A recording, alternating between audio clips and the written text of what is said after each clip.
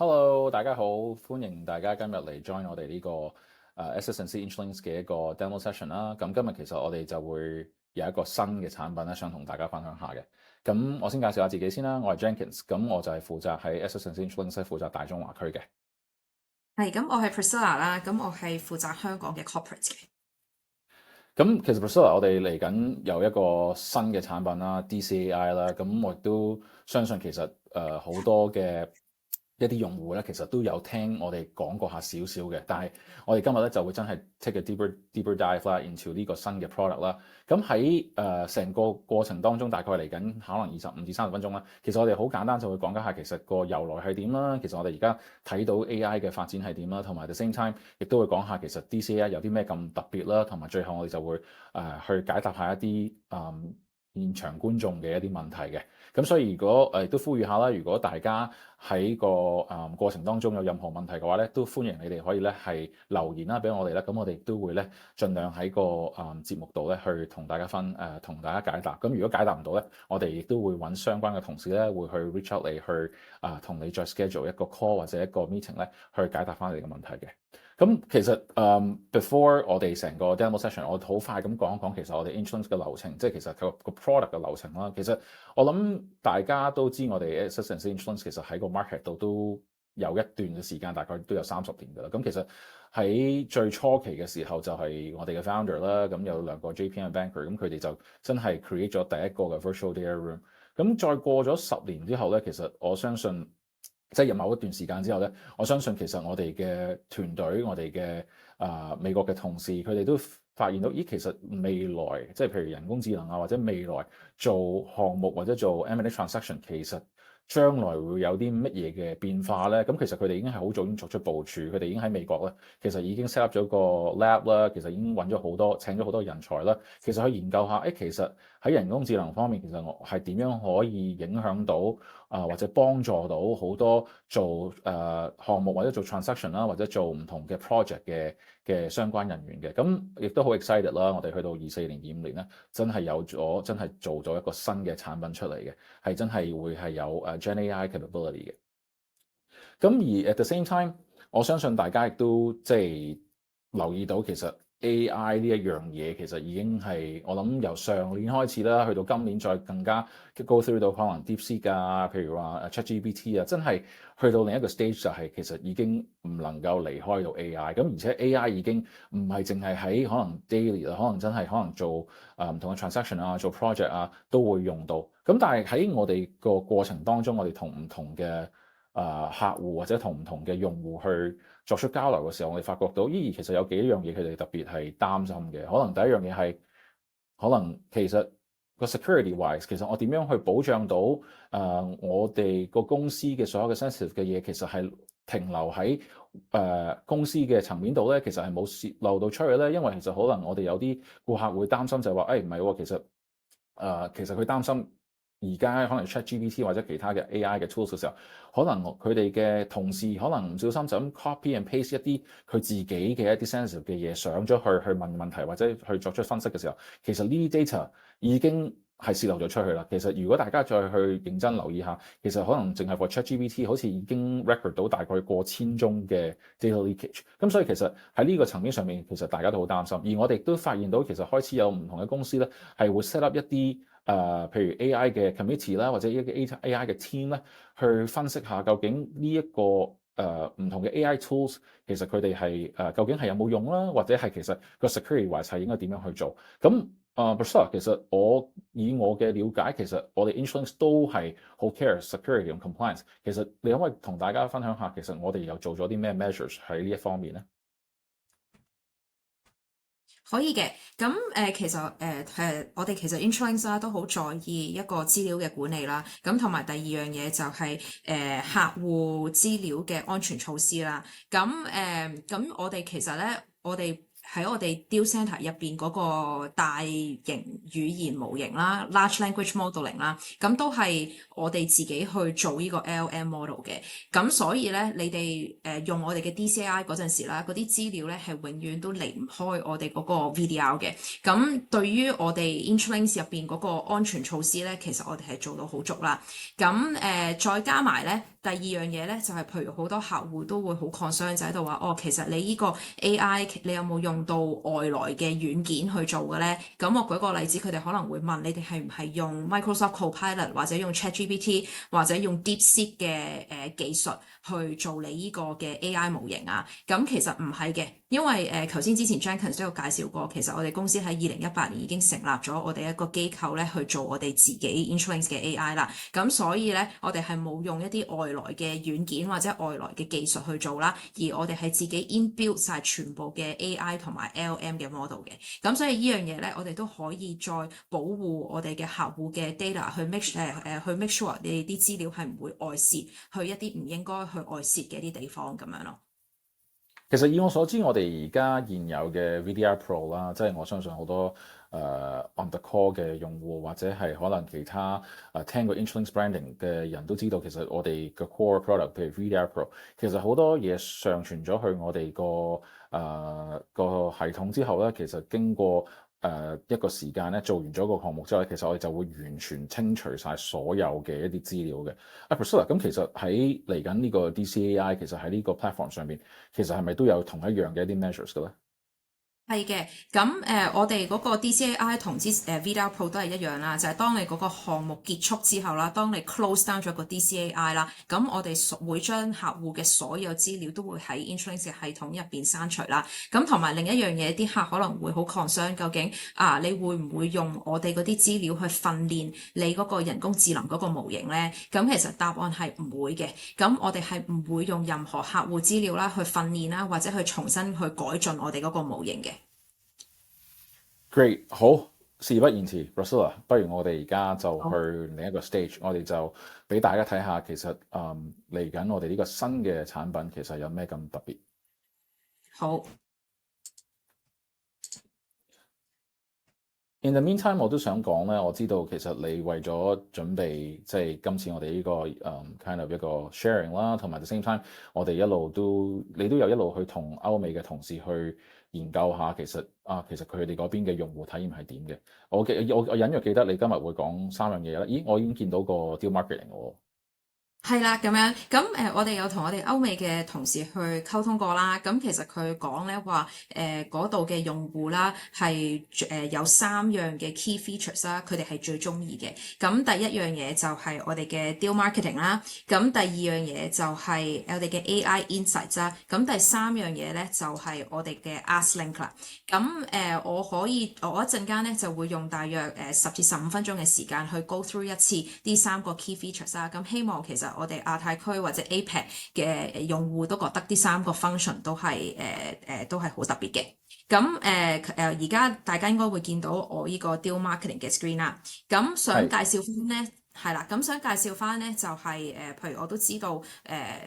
當你 run 一個 M&A transaction，咁去到最初期嗰陣時，有好多 teaser 啊或者 CIM 啊 NDA 啊，你要發出去俾唔同嘅投資者啦。咁其實我好多時不嬲嘅做法就係啲banker 或者啲公司啦，佢哋會可能自己 manually 喺嗰個電郵嗰度撳100次去 send 俾100個唔同嘅投資者嘅。咁呢個 process 咧，其實對於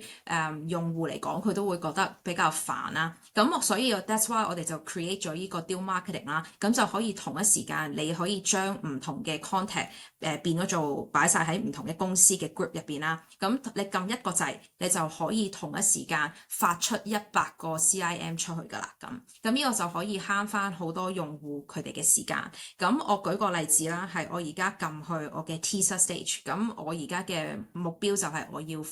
send 100個 teaser 出去俾唔同嘅投資者。咁其實咧，你喺呢一度咧，你會見到一個 create email 嘅。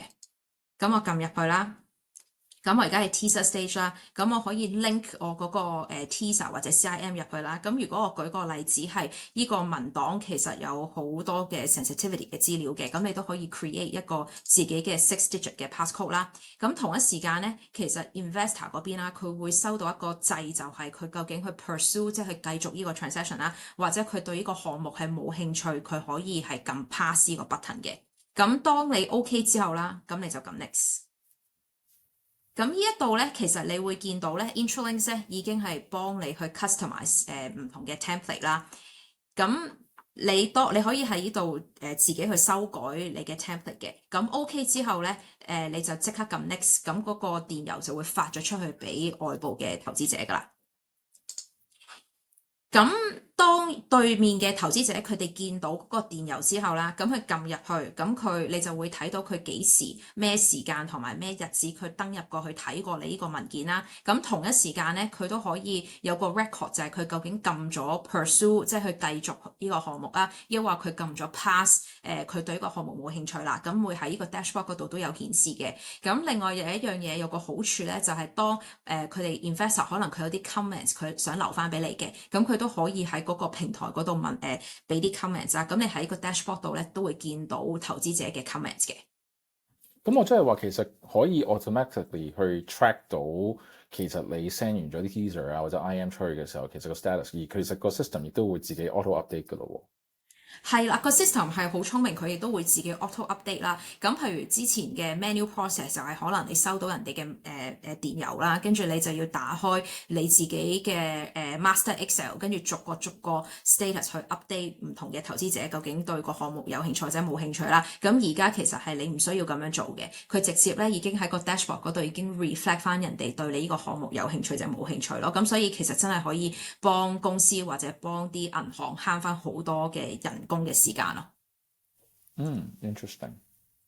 好，咁我第二樣嘢啦，咁我頭先所講嘅就係我哋嘅 AI 同埋人工智能啦，咁我哋有一個好 powerful 嘅一樣嘢就係我哋有個 AI summary 啦。咁其實你見到咁你做一個 M&A process 嚟講嘅話，咁有好多文件你都銀行啊或者公司啊都需要去睇啦。咁其實咧我哋嗰個 AI insights 啦。你見到呢度寫住 View AI Insights 嘅，佢就已經咧好快2-3秒以內啦，已經可以幫你 create 咗一個 summary of 呢個 document 出嚟啦。咁我舉個例子啦，就係呢個 document 個 financial statement 係2021、2022、2023，咁你就已經見到佢嗰個 key message 係啲乜嘢㗎啦，咁樣。咁再加埋咧就係除咗個 key summary of 呢個文檔以外啦，咁我哋有一個 AI 嘅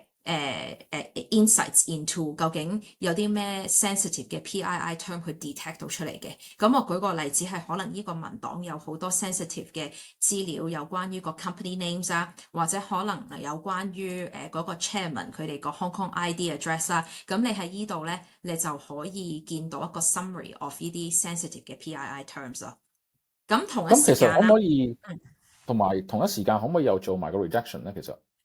係啦，其實可以嘅。咁你見到下邊呢度有個掣係 Open for Redaction 啦，咁你撳入去咧，咁就去到我哋嗰個 AI Redaction 啦，咁你就可以 redact 嗰個 document 噶啦。interesting。好，咁我可以再講埋咧，就係你 redact 咗嘅 document 啦，就會 replace 翻你原先有嗰個document 啦。咁但係我舉個例子，如果你 redact 錯咗，或者有任何錯處嘅，咁你都可以 revoke 翻嗰個 access 啦。咁你就去，咁嗰個document 就會變翻之前嗰個 native format 咯。係啦。咁我最後啦，我就講我哋公司最 powerful 嘅一個 product 啦，就係我哋嘅 AskLink 啦。咁 AskLink 啦，你可以當佢係你嘅左右手一樣嘅。咁因為點解咧？就係我哋有一個 AskLink 嘅 chat box 啦，你可以隨時問問題都 OK 嘅。咁當然如果你 run 一個 M&A 或者一個 IPO transaction，咁好多 investor 佢都有好多唔同嘅問題啦。咁其實咧，你可以同一時間 import 一個 Excel 入去 AskLink 嗰度問佢問題都冇問題嘅。咁我舉個例子啦，係我已經 prepare 好，呢度有4-5條問題，我想問 AskLink 嘅。咁你可以 review 下啱唔啱啦。咁 OK 你就 import 啦。咁 import 咗之後啦，咁佢需要少少時間去 run 嘅。咁時間關係，咁我就撳咗入去俾大家睇下先。咁譬如呢啲就係我頭先喺嗰個 Excel 度問嘅問題啦。咁我舉個例子係可能我問佢你可唔可以 compare revenue across 呢啲 audited 嘅 financials 啊，同埋你可唔可以 flag 一啲 discrepancy within 呢啲financial documents 咁。咁你會見到咧，其實佢好聰明啦。咁佢因為佢唔係 based on 任何 search summary 啦，佢係用佢哋嘅分析咁樣去同你做咗個答案出嚟啦。咁再加埋下邊，你會見到佢係 based on 啲乜嘢嘅 source document 或者 reference 嘅 document 去 generate 呢一個答案嘅。咁我想問下，其實 Priscilla 而家譬如 for AskLink 呢個 feature 咧，其實大概係會唔會 support 到其他 language 咧？暫時係會 support 到中文啦同埋英文嘅。OK，我想再問多少少咧，就關於譬如 AskLink 咧，咁其實頭先你話 upload 嗰